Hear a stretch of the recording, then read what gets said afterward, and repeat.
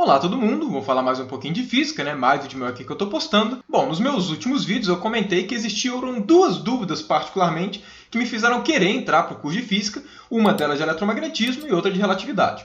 Eu não respondi nenhuma dessas dúvidas nos últimos vídeos, falei que eu ia responder em outra oportunidade, e eu vou responder, portanto, nesse vídeo, a minha primeira dúvida, que era de eletromagnetismo. Prefiro responder em um outro vídeo, porque eu acho que dá para abordar, dá para deixar o assunto um pouco mais rico. Meu objetivo com esse vídeo não é só falar a resposta, e sim construir um pouquinho o raciocínio de por que a resposta da minha dúvida é, de fato, a resposta, e o que ela implica, por que ela é consistente. Até porque só existiam duas respostas possíveis para a minha pergunta. Então, se você chutasse, você tinha 50% de chance de acertar. Então, bom, retomando de forma extremamente rápida, só para o vídeo ficar completo, qual era o problema? O problema colocado consiste em você, parado no espaço, vendo uma carga na sua frente se movimentando para a direita. Como cargas em movimento geram um campo magnético, você vê um campo magnético. Eu apareço no problema e caminho junto com a carga. Aí a pergunta é, eu verei campo magnético ou não? Porque para mim a carga está parada, então não era para eu ver campo magnético.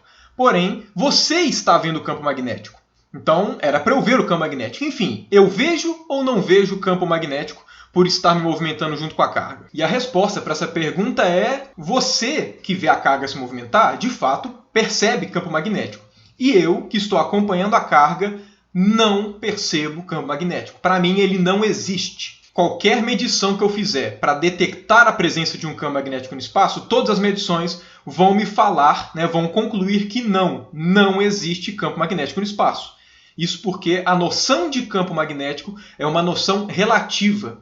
Campo magnético depende do referencial. Porém, o mais importante é que, apesar de muitas pessoas terem respondido corretamente, eu imagino que muitas dessas pessoas que deram a resposta certa não pensaram muito bem nos desenrolares que essa resposta significa. Você falar que campo magnético depende do referencial gera uma cascata de consequências que a gente tem que analisar para saber se faz sentido. E o meu objetivo com esse vídeo é comentar um pouquinho sobre os desenrolares. Por que o campo magnético depende do referencial? O que acaba acontecendo quando a gente assume isso? A primeira questão, bastante incômoda, que surge quando nós assumimos que o campo magnético depende do referencial, é como é que nós fazemos para descrever a força eletromagnética sofrida por uma carga qualquer. Uma carga que no espaço, na presença de campos elétricos e magnéticos, sofre uma força que é chamada força de Lorentz, a força eletromagnética, e tem essa expressão que eu estou colocando aqui na tela. O mais importante que eu quero só enfatizar é que a força que a carga sofre depende do campo elétrico e do campo magnético, obviamente. E diferentemente do campo magnético, que depende do referencial, força na física é uma noção independente de referencial. Todos os referenciais inerciais verificam sempre a mesma força. Porque o que muda de um referencial inercial para outro são as velocidades. Só que forças dizem como velocidades variam, e variações de velocidade independem dos referenciais. Desde que sejam inerciais, obviamente, como é o contexto que eu passei, até porque referenciais acelerados é uma outra complicação. Então, falar que campo magnético depende do referencial parece gerar uma inconsistência, porque a força de Lorentz depende do campo magnético.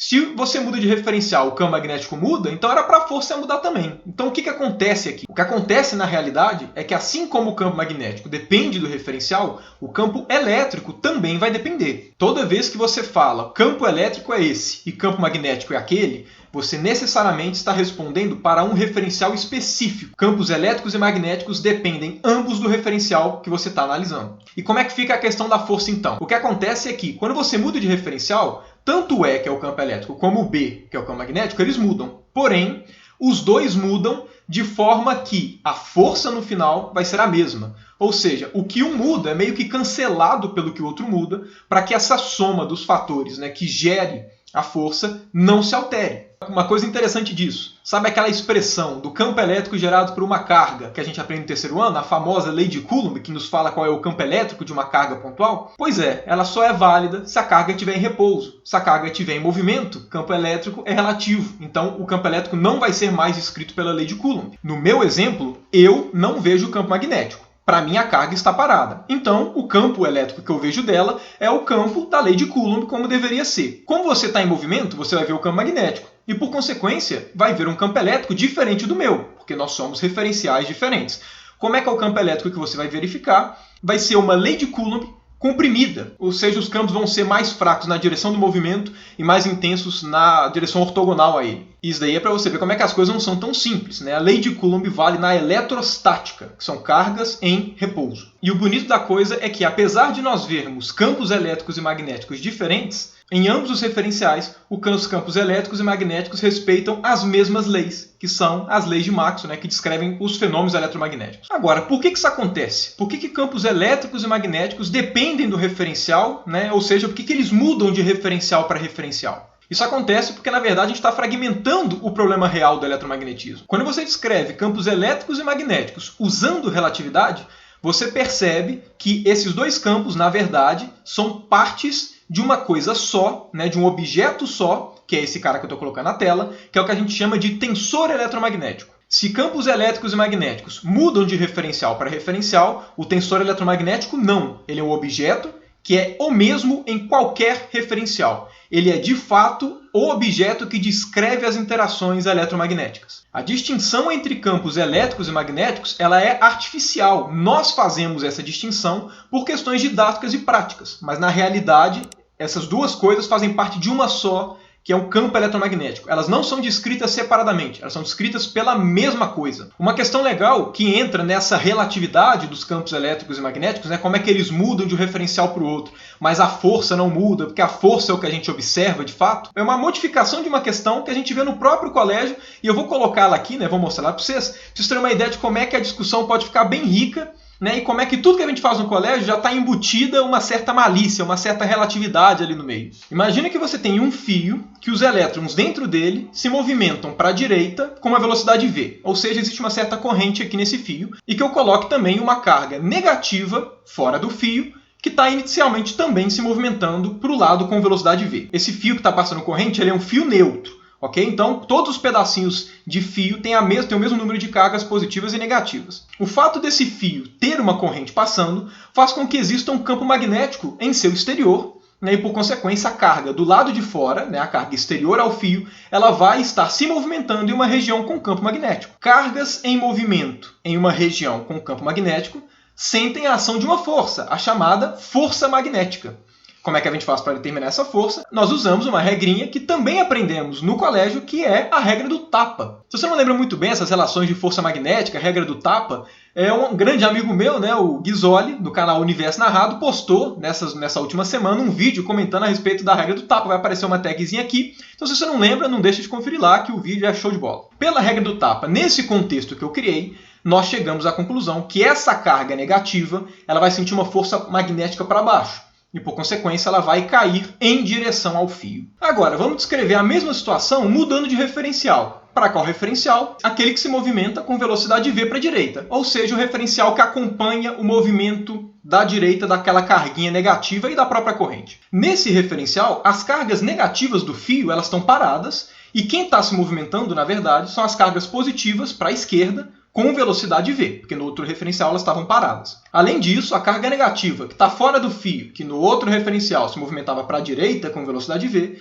nesse referencial ela começa parada. Agora, nós sabemos que essa carga negativa fora do fio, né, pela análise que nós fizemos agora há pouco, ela vai sentir uma força e ela vai cair em direção ao fio, ou seja, ela vai se movimentar na direção do fio. Só que nesse referencial que a gente está trabalhando, ela não vai sofrer força magnética, apesar de existir campo magnético. Porque para sofrer força magnética é preciso que a carga esteja em movimento. Se ela está parada, ela não vai sofrer força magnética. Ou seja, visto desse referencial, o que faz com que essa carga caia em direção ao fio? A gente sabe que ela tem que cair, porque as análises de referenciais distintos têm que ser as mesmas. Então, se eu vejo a carga caindo em um referencial, eu também tenho que ver ela caindo no outro referencial. O que acontece é que existe um efeito vindo da relatividade que a gente dá o nome de contração de Lorentz. Eu já citei esse efeito rapidamente num vídeo meu de relatividade geral, mas eu ainda pretendo fazer um vídeo com mais calma, né, esmiuçando melhor o porquê do fenômeno, enfim, colocando mais detalhes nele. Mas, em essência, a relatividade nos diz que, se nós estamos vendo um corpo se movimentar, né, um objeto se movimentar em uma certa direção, ele vai ser contraído, né, ele vai ter o comprimento contraído na direção do movimento. Não é uma impressão de contração, é uma contração real. E isso não só é um fato, como também existem evidências experimentais desse fenômeno. Falou de relatividade, não existe achismo. As consequências que a relatividade prevê, nós observamos de fato. Então, beleza, o que vai acontecer com a contração de Lorentz nesse meu contexto, né, com outro referencial? No primeiro referencial, as cargas negativas estavam se movimentando. Nesse segundo referencial, agora as cargas negativas elas estão paradas. O que significa que se elas estavam em movimento e por conta disso sofriam uma contração e agora elas estão paradas, significa que elas vão dar uma leve expandida. Ou seja, a mesma quantidade de carga negativa vai ser diluída em uma região maior do espaço, fazendo com que cada pedacinho do fio seja levemente mais positivo, porque as cargas negativas estão diluindo. Além disso, no referencial anterior, as cargas positivas estavam paradas e agora elas estão se movimentando. Se elas estão se movimentando, significa que vai haver uma contração para essas cargas. Então significa que você vai ter uma mesma quantidade de carga em uma região menor, ou seja, vai ter uma quantidade de carga positiva mais concentrada em cada região do fio. Significa que o fio vai ficar mais um pouquinho positivo. Ou seja, nesse referencial, o fio não é mais neutro. O fio ele passa a ser positivo, ele tem carga positiva. Se tem uma carga negativa do lado de fora do fio e o fio tem carga positiva, o que vai acontecer? A carga negativa vai sofrer uma força elétrica em direção ao fio e vai em direção a ele. Ou seja, chegamos à mesma conclusão como deveria ser. Esse é um dos contextos mais interessantes para se abordar essa relatividade no eletromagnetismo. Porque em um referencial, o que puxa a carga é uma força magnética, no outro é uma força elétrica. Ou seja, de fato, campos elétricos e magnéticos, forças elétricas e magnéticas são relativas. O que não é relativo é o campo eletromagnético no conjunto. O que não é relativo é a força eletromagnética. Os fenômenos físicos têm que ser iguais observados por quaisquer referenciais inerciais. E o eletromagnetismo faz com que os campos mudem de certa forma que esses fenômenos realmente vão ser iguais para todo mundo. O mais interessante é que se você calcula o valor da força magnética e o valor da força elétrica nesses dois contextos, nessas duas situações que eu coloquei, eles de fato dão o mesmo valor, como deveria ser. Esse é só um exemplo dentre muitos em que a relatividade tem um papel central no eletromagnetismo. Mas isso não é por acaso. O eletromagnetismo implica na relatividade. A relatividade é um produto do eletromagnetismo. Se você não acredita na relatividade, o que por si só já é algo esquisito, porque o que não faltam são evidências, eu suponho que no mínimo você acredite no eletromagnetismo. Se você não acredita, tudo bem também, mas aí você tem que ser coerente e parar de usar todos os eletrônicos que você tem acesso. Mas bom, era basicamente isso que eu queria falar nesse vídeo. Se você gostou do vídeo, não deixe de dar o seu gostei, se inscreva no canal e ative o sininho para não perder as notificações dos próximos vídeos. Deixe o seu comentário, achou isso interessante, tem alguma dúvida a mais, enfim, compartilhe suas impressões e, claro, compartilhe o vídeo com os seus amiguinhos. No mais, obrigado por você que ficou até aqui e até o próximo vídeo.